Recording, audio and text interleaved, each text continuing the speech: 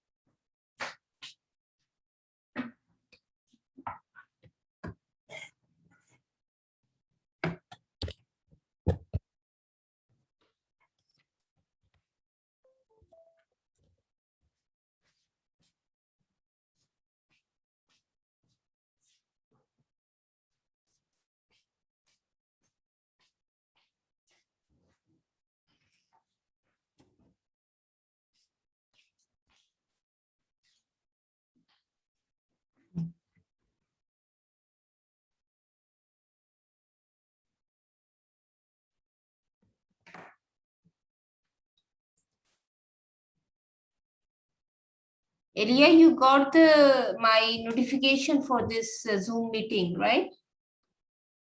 Yes, ma'am. अभी आई थी ना आप लोगों को notification? Yes, ma'am, I am. I'll receive, ma'am. चलो हम 1 मिनट इंतजार करते हैं और लोग भी ज्वाइन कर लें. Yes, ma'am.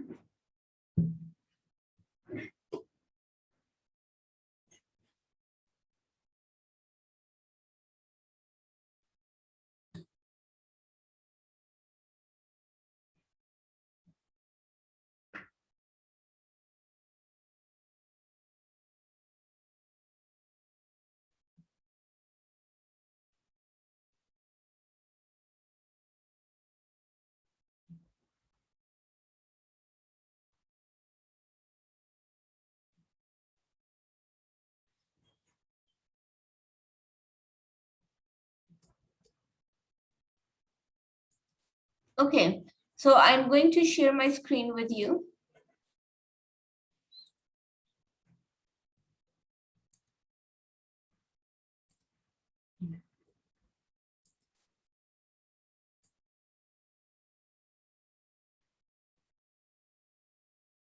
Um, 6.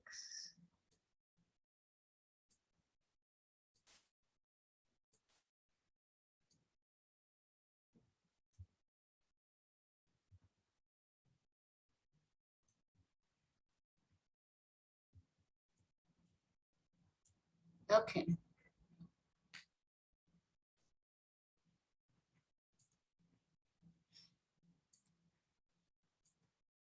Okay, so you can see the textbook now, right?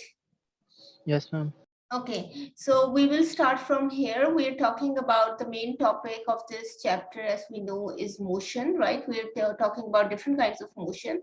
Previously, we've been talking about motion along a horizontal line, right?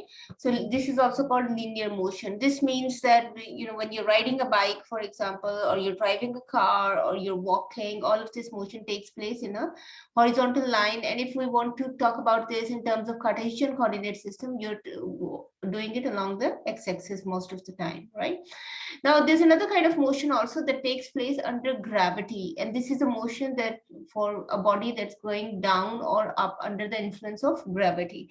For example, if you throw a ball downwards, even if you don't apply any force, you just leave it to go downwards, right? It will be influenced by the force of gravity and it will fall downwards, right? Similarly, if you throw a ball up into the air, it will move against gravity. So gravity force has a role in this. Now, this is the force of gravity. Okay, we know that every object on this earth is attracted by a force of gravity, which is downwards towards the center of the earth. And it depends upon the mass of the body, right? The heavier the body, the more will be this force, right? And also an acceleration g. G is the acceleration due to gravity. So every body accelerates towards the earth with an acceleration which is g, which is normally equal to 9.8 meter per second square, and this is known as the acceleration due to gravity.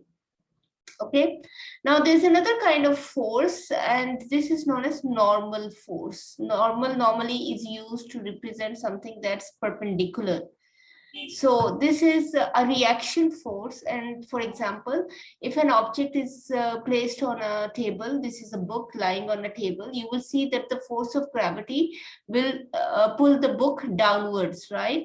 So this is represented, the force of gravity in this case will be equal to the weight of the body, which is W is equal to mg. Also, when we study physics, we differentiate between mass and weight.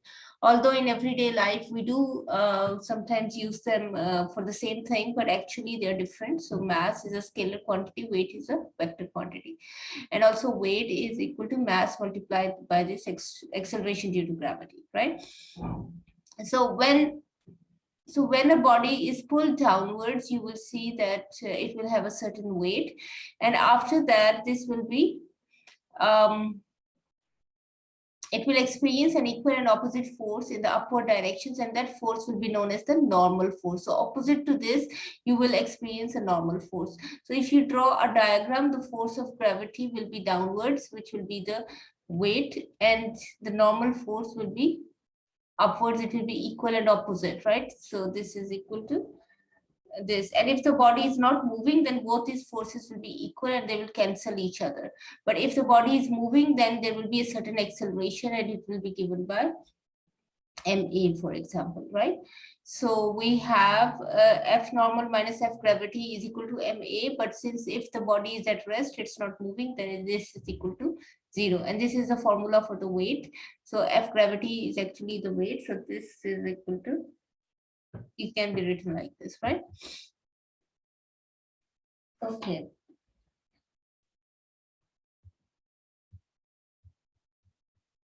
Now, there's another kind of force that we experience, that in nature we have forces which include the gravitational force, the electromagnetic force, the strong nuclear force, and weak nuclear force. We'll not talk about these forces in this chapter. In this chapter, we will only talk about the gravitational force, right? Now, also whenever motion takes place, there's a frictional force as well. So friction, normally most of the problems you've done so far, we ignored the force of friction. We assumed that it was too small, it was negligible, and we neglected it, and we did not include it in the calculation or in the formulas. But actually, there is always a frictional force, that whenever we are walking or whenever we are running or whenever we are driving. So frictional force is a force that is opposite to your motion. It's a force that tries to stop your motion, right? So for example, if you have a body, this box lying on another surface, right? You will see the forces acting on this body will be the gravitational force, which is equal to mg, you will have the normal force, which will be opposite to this. So these are the forces along the y-axis. And if you look at the axis, this is the x-axis and the y-axis. And you will see along, you're pulling this body towards the right. So F pull, you always need to apply a force so that the body will move. And but you will also see that it will, you will feel a resistance to this motion towards the right, and that will be because of the frictional force. Every surface has a friction. So if F pull and F friction are equal, the body will not move. So when you go on increasing your force, when F pull becomes greater than F friction, then the body will start moving. So that's why, for example, when you're riding a bike, you need to apply this force by pedaling, or when you're driving a car, you need to apply this force through the car engine, right? So you always need some kind of force to overcome the friction so that it can start moving. Okay, so these are examples. You can see this figure where you have the car. So previously you had a box to represent a body, but now we've, instead of the box, we have the car. You can see in the case of a car, the weight of the car acts downwards, which is a gravitational force. A reaction force, the normal force, acts upwards, right? And then you have the frictional force with the road. The tires, there's a frictional force between the tires and the surface of the road. And then there's also air resistance. This is also a kind of a frictional force. So these are the, you can add the total forces, and the total forces will be called the net force. Now, at this time, you are not pressing the accelerator and the car is not moving. So this is a situation when you're not pressing the accelerator. When you press the accelerator, you will see that the net force will increase in the forward direction, and you will be able to overcome the frictional force and the air resistance, and you will be able to move towards the right. And again, that, for example, if there's water on the road or there's ice on the road, the road becomes slippery. When the road becomes slippery, it means the friction decreases. That's why even if you're walking and there's water on the floor, you tend to slip. So friction actually is not a bad thing. It's something very useful. If there's no friction, we will fall down, right? And similarly, that when it's raining, there's a chance of bicycles, motorbikes slipping and falling. So that's because the friction between the road and the tires decreases at that time. So in this case, we cannot see the frictional force. It has been assumed to be reduced to a very negligible value, and therefore the only forces acting in the body now are as shown over here. Now, another example of motion, we've discussed about motion which is along x-axis. We've discussed about vertical motion in which gravity plays a role, and this is motion along y-axis. It can be towards gravity or away from, opposite to gravity. But then there is another kind of motion which is along an inclined plane. That for example, when you go hiking, you go on an incline, mostly on the mountain, right? And that also, if you can have roads that are going up an incline, for example, when you're driving to, let's say, Margala or some place like that, you're driving on an incline. So that it's not easy to drive on an incline, and it's not easy to walk on an incline. You have to apply more force. So what are the forces acting when a body is on an incline? The weight will always be perpendicular downwards along the y-axis. So this is the gravitational force, and the normal will always be a line that is perpendicular to the plane of the body, and this will be perpendicular to this. This is the normal reaction force. So you can represent this by Fn. The weight is equal to the gravitational force Fg. Then the force of road on the car tires, the air resistance, right? So these are the forces that are acting. And of course, when you then drive the car, you will have to overcome these forces and you will have to move forward. And you can also draw these as a vector diagram. This vector represents the weight of the body, which is equal to Fg, the mass multiplied by the acceleration, right? And then you can divide this into the components of like this. Sometimes if we have a vector, we divide it, like we studied before, into rectangular components. So you can take one component along the car and one component downwards. So then this one will be equal to Fg or the weight multiplied by cosine theta, and one will be multiplied by sine theta. Now, another kind of force that acts on a body is when a body is moving in a circle. Again, you know, when you're driving on a circular path, normally you reduce your speed. You know, there are also warning signs on a road when there's a circular path, a turn in the road, because there's another force acting on the body at that time, and this is called centripetal force. Okay. So this is a force that tries to pull the body towards the center of the circle. So normally you don't drive in a complete circle, but you might drive in a turn, but every turn is a part of a circle and there's a certain center. So there's a chance of, you know, having an accident because of this force. And this is mass multiplied by velocity squared divided by r. So r is the radius of the circular path. If you complete this circle, then the radius will be r. This will be the radius.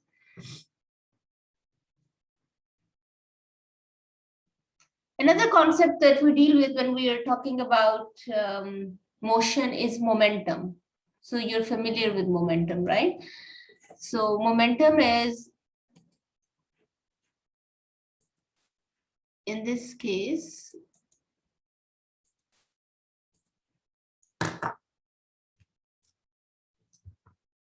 let me just mark your attendance and then I'll start.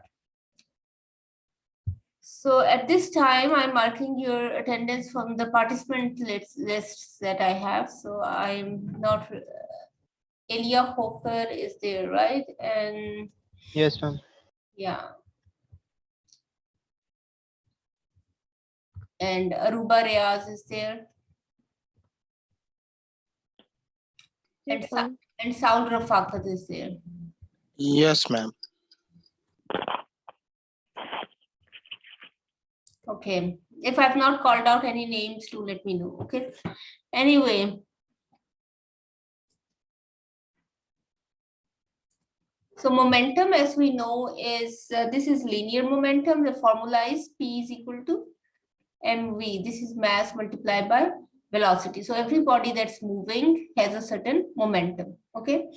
And similarly, we can relate momentum to the Newton's third law of motion. Another quantity that we deal with is called impulse.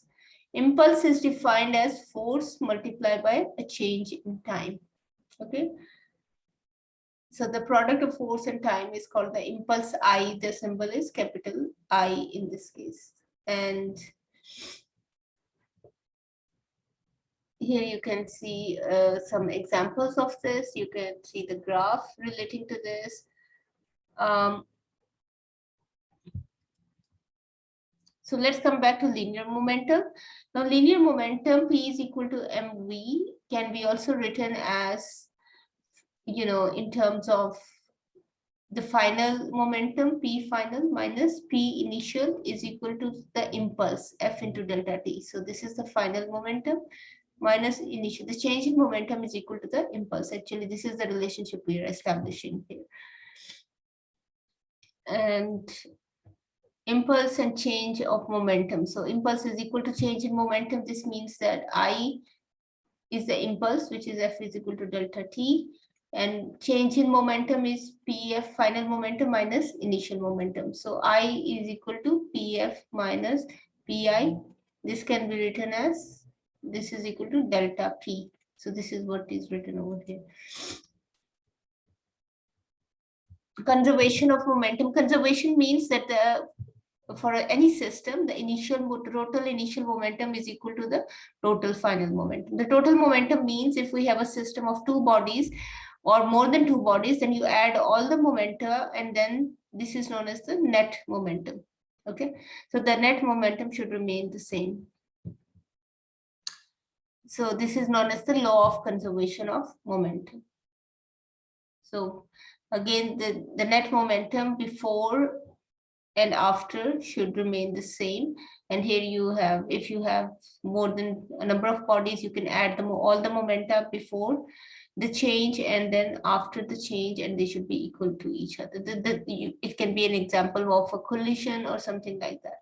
So momentum and Newton's third law means that the momentum, if you have, for example, you can take many different examples. You can take the example of a gun or of a cannon or of a, when you fire a bullet, for example, then the sum of the total momentum will be that of the bullet and the gun, or in this case, this is a cannon and a ball. Okay, so any two bodies. It can be two cars, for example, right? That are, or two balls that are, or billiard balls. You use the example of billiard balls many times. So there are many examples in this case. This is the example of the cannon and the ball that's leaving the cannon, right? Or here's, this is the example of a car, and here this is the example of a rocket. Now, another thing that we come across when we are dealing with motion is energy and work. So if a body has energy, it will be able to do work. Energy is defined as the capacity for doing work. When we talk about mechanical energy, there are many kinds of energy, right? You have electrical energy, you can have mechanical, you can have magnetic energy and so on. But in this chapter, we're going to talk only about mechanical energy, and the two types of mechanical energy that we're talking about are kinetic energy and potential energy. So kinetic energy is basically an energy that is due to motion. This is related to motion. It means there's always a velocity. So when a body is moving, it has a certain energy. Similarly, potential energy is an energy that's defined due to position. So when a body, for example, is at a height, you know that it will, when it falls down, it has a certain energy. So this is due to the position. Normally it can be height.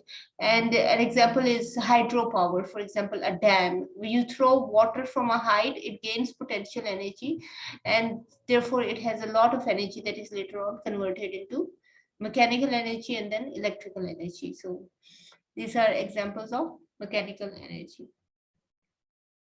So again, the unit of energy we know is the joule, is the unit of energy. So here we have some, every activity we know requires energy, and we use different sources for energy. And here are some examples of this. The kinetic energy formula is, as I said, it depends upon the velocity of the body. So therefore, this is equal to half mv squared. And we can also relate this to work. Work we know is defined as work is equal to force multiplied by displacement.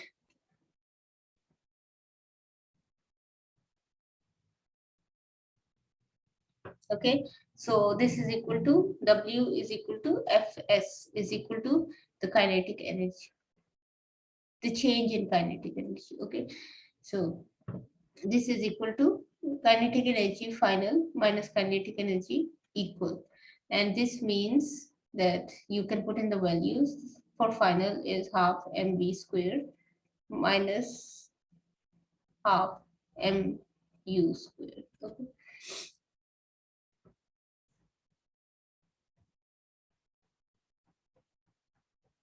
Conservation of energy means that the total energy of a closed system is constant. Energy can be changed from one form to another and transferred between one body in the system and another, but the total amount of energy remains fixed. Just as I gave you the example of hydropower. Hydropower is when you're throwing water from a height. So initially it has potential energy.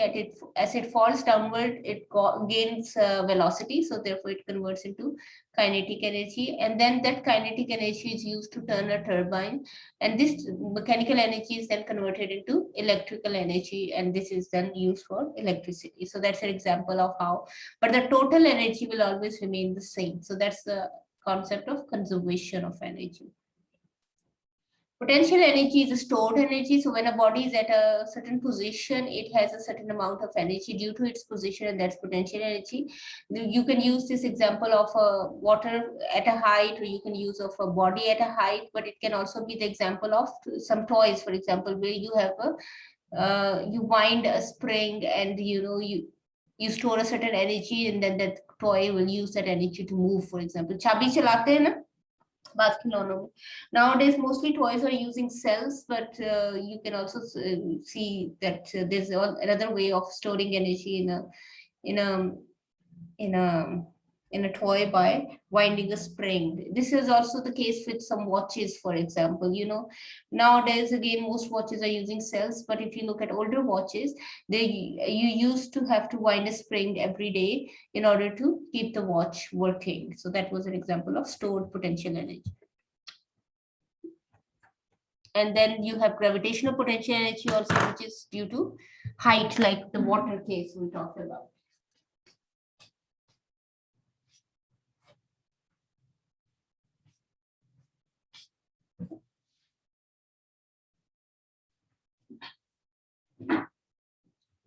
And the formula for that was mgh. So mg was the force of gravity and h is the height.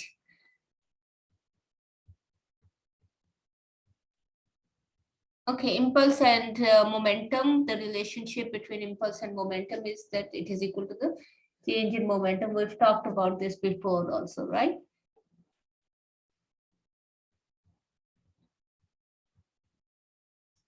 Okay. And again, friction. We have talked about friction and how friction, for example, is also important because if we don't have friction, for example, if we have ice or water on the road, we have a chance of an accident, right? So we see the tires have been designed with a thread that channels the water away from under. You know that there's a pattern under the tires in order to produce a certain amount of friction. Also on shoes, you will see on this underneath the sole, you should have a certain pattern so that you do need a certain friction in order not to fall. And if you wear slippers that do not have this pattern, there's a higher chance of falling. So whenever you're buying a shoe, you look for that, right? Okay, so now we can practice these concepts that we've just studied by solving a problem. So let's look at a problem. Let's go.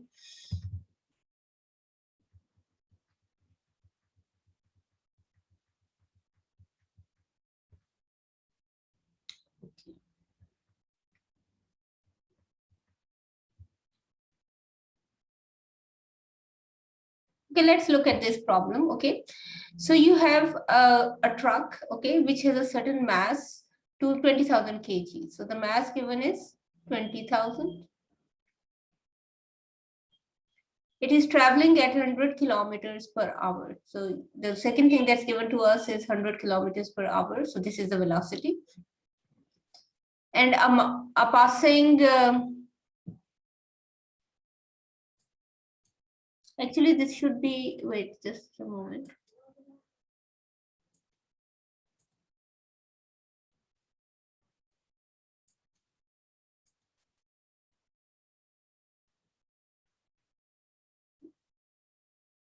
Wait.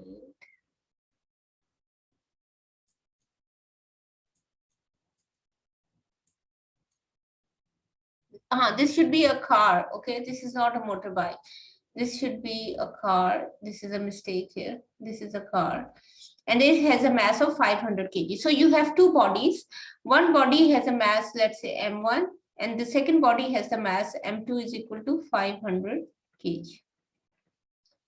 And so M1 has a velocity 100 kilometers per hour. The second body, the car, has a velocity of 105 kilometers per hour. Which vehicle has the largest momentum? So what do we do here? So this one has a velocity V1 is equal to 100 kilometers per hour. And the second one, V2, is equal to 105 kilometers per hour. Okay, so what will be the momentum of the truck? How will we find this? Yes. How will you find the momentum of the truck? Ma'am, mass into velocity. G? Mass multiplied by velocity. Yeah, so the momentum of the truck is equal to the mass of the truck multiplied by the velocity of the truck. Okay. What else? We should also look at the units. Okay, you remember from chapter 1, you see kilometer per hour is not the SI system of units, whereas kg is the SI system. So one of the mistakes that you may make, most students make sometimes, and they lose marks, even if they know the concept, is they don't look at the units. The units should be in the same system. All units should be, if one is in SI, all units should be in SI system. Otherwise, your answer will be wrong. Okay. So the velocity, which is 100 kilometers per hour, has to be converted into what? Seconds. Meter per second, Meters per right? So second. kilo means 1000, right? 1000 meters, okay, divided by 1 hour. 1 hour means how many seconds? 60 minutes multiplied by 60 seconds. Then 60 seconds. Then it's yeah. So now you can solve this, and you can find the value, and you can calculate it, and you find this value, kilogram into meter per second. Okay, so this is the conversion for kilometer per second into meter per second. So don't forget this step. If you forget this step, you make a mistake. Okay. For the second body, we have M2 and V2. Similarly, M2, this is M2. And this is V2, again converted into meter per second. And you multiply them and you look at the value. Now the question was, which vehicle has the largest momentum? So which one has the largest momentum in this example? Truck. The truck has the First. bigger momentum. You can see this is 10⁵, this is 10⁵. So this is the answer. So you understand this, right? Ma'am. Yeah. Ma'am इस ऐसे भी idea लगा सकते हैं कि जिस body का wait ज्यादा हो उसका मोमेंटम भी ज्यादा हो. हाँ, mass momentum is proportional to mass. लेकिन उसमें आप गलती कर सकते हैं क्योंकि उसमें वो भी तो है. You also have to consider the velocity. You might make a mistake if you're only looking at the mass, because actually momentum is dependent on mass and momentum is dependent on velocity. So if, for example, the car was traveling at a very high speed, then it would change. If they were moving at the same speed, then yes, you could look at the mass. So there are many tricks and ways you could guess the answer, but there is also a chance of making a mistake because you just don't look at the mass only, you also have to look at the velocity. In fact, you have to look at the total product. Okay? Okay, ma'am. Thank you. If, for example, the truck was not moving, it was just standing, it was stationary, there was no velocity, the velocity was 0, then the momentum of the truck would be 0. You see? And if the car was moving, the car will have certain momentum. Okay, so that's why the faster a body is moving, the higher is the momentum, and you have a higher chance of a dangerous accident. That's why you're asked to go within the speed limit. Similarly, the higher the mass of a body, again, that accident will be more dangerous. Again, you should avoid driving close to large vehicles like trucks and trailers and so on. You know, they have a separate lane.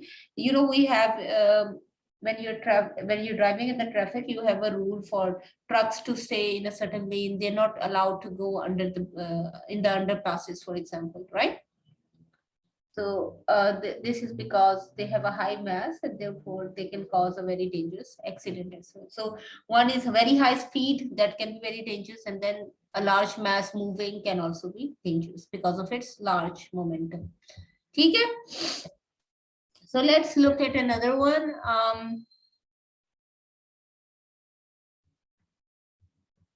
Let's see. Okay, let's solve this one. What is the momentum of 100 kg man running at 8 meter per second? चलो, ये कौन करेगा?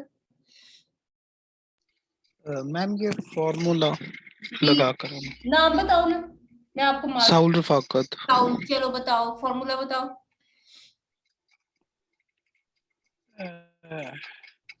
Weight multiplied by velocity is equal to momentum. देखा, आपने wait बोला है, wait नहीं है.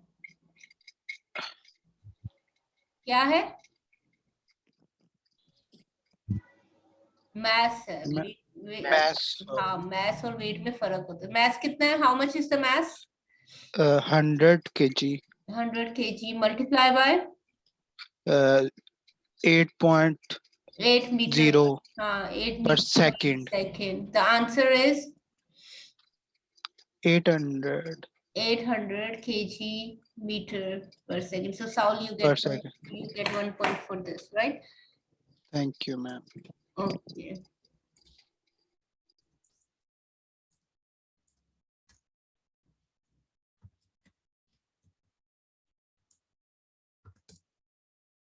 Okay, so let's look. अब हमारे पास time थोड़ा सा रह गया. Okay, let's look at another problem. Let's look at this one. Okay, this is about the law of conservation of momentum, right? So you have a 2 kg object collides with a 3 kg stationary object. So this is stationary means this is m1 is equal to 2 kg, m2 is equal to 3 kg. And in this case, the velocity is equal to 0 if it's stationary, right? And they're moving on a smooth surface. After the collision, then they collide with each other. For example, you know, when you're playing billiard balls, you collide the balls together. So you can imagine that. And when they collide together, they stick together, and then they start moving together. And when they stick together, the total mass becomes equal to 5 kg. And the velocity of this whole thing that is together, this whole system, is 2 meters per second. And this is the statement for the question. Okay, so we have to apply what the question is. Okay, whenever you read a problem, you have to see what is given. So I've written down what is given. Then you have to see what has been asked. What was the initial speed of the 2 kg object? We have to find v1. So what is the concept that we can use in order to find v1? Who can explain this? We're going to use the concept of that we just studied, conservation of Momentum. right? And conservation of momentum means that the total momentum before the collision, here, the total momentum before the collision is equal to the total momentum after the collision. Before the collision, the momentum was the momentum of the first body plus the momentum of the second body should be equal to the, and then in the end, the body became, both bodies were joined together. So this will be equal to this. So P1 was M1 V1 plus M2 V2 is equal to the to M total multiplied by the V total, right? So this is equal to M1 was 2 multiplied by V1 plus M2 is 3 multiplied by 0. This is equal to the total, which is 5 multiplied by 2. So this is 2V1 plus 0 is equal to 10. So V1 is equal to 2V1 is equal to 10, and therefore V1 is equal to 10 divided by 2. So this is equal to 5 meters per second, right? So this is your answer. Remember to write the units. I have not written all the units, but you should write all the units. I did not have so much space here. Okay.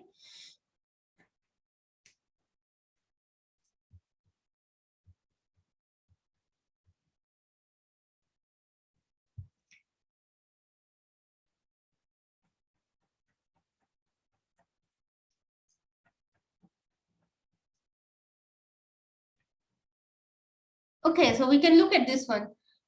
Who will solve this one? I'll give you 1 point. Do it quickly. We don't have much time. Yes. It's a simple one. Let's do it. Who would like to try? Yes.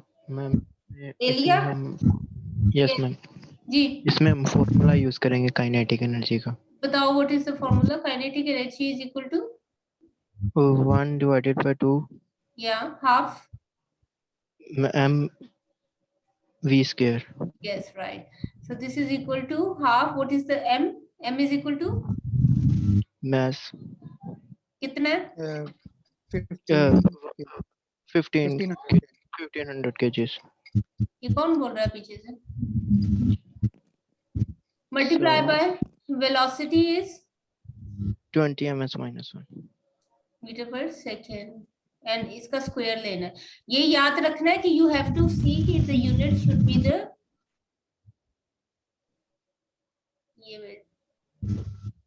Unit should be the same. यहाँ पे units ठीक है, ये तो नहीं convert करने. Elia Yes ma'am. Units ठीक है, यूनिट्स नहीं चेंज करने. kgs का? ये ठीक है. No ma'am, ऐसे ही मेरे. ठीक है, दोनों ऐसा ही है. ठीक है ना, you don't have to change it. So यहाँ पे क्या होगा, 2 को इसको कैंसिल करें. This is 10 right. So 10 multiply by this is equal to 15,000. ठीक है, केजी मीटर स्क्वायर सेकेंड पर सेकेंड स्क्वायर. ठीक हो गया. So this is your answer. ठीक है. Yes ma'am. So these are very simple and easy. Please practice them. And now I make the announcement. I will share with you, new share. I'm going to share, just a moment, the assessment plan that we have. Where is it? This one. Please remember to prepare for the upcoming assessments. Okay, the upcoming assessments are assignment 2 and quiz 2. Okay. So for assignment 2, please prepare chapter number 3, and for quiz 2, prepare chapter 3 and chapter 4. Okay? ठीक है? Yes ma'am. Okay. Okay, so we can stop here.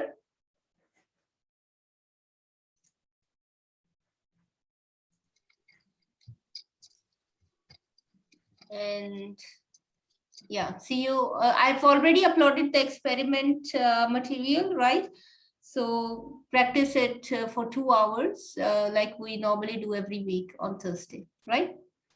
Okay. Yes. Okay ma'am. Okay, take care. Bye bye.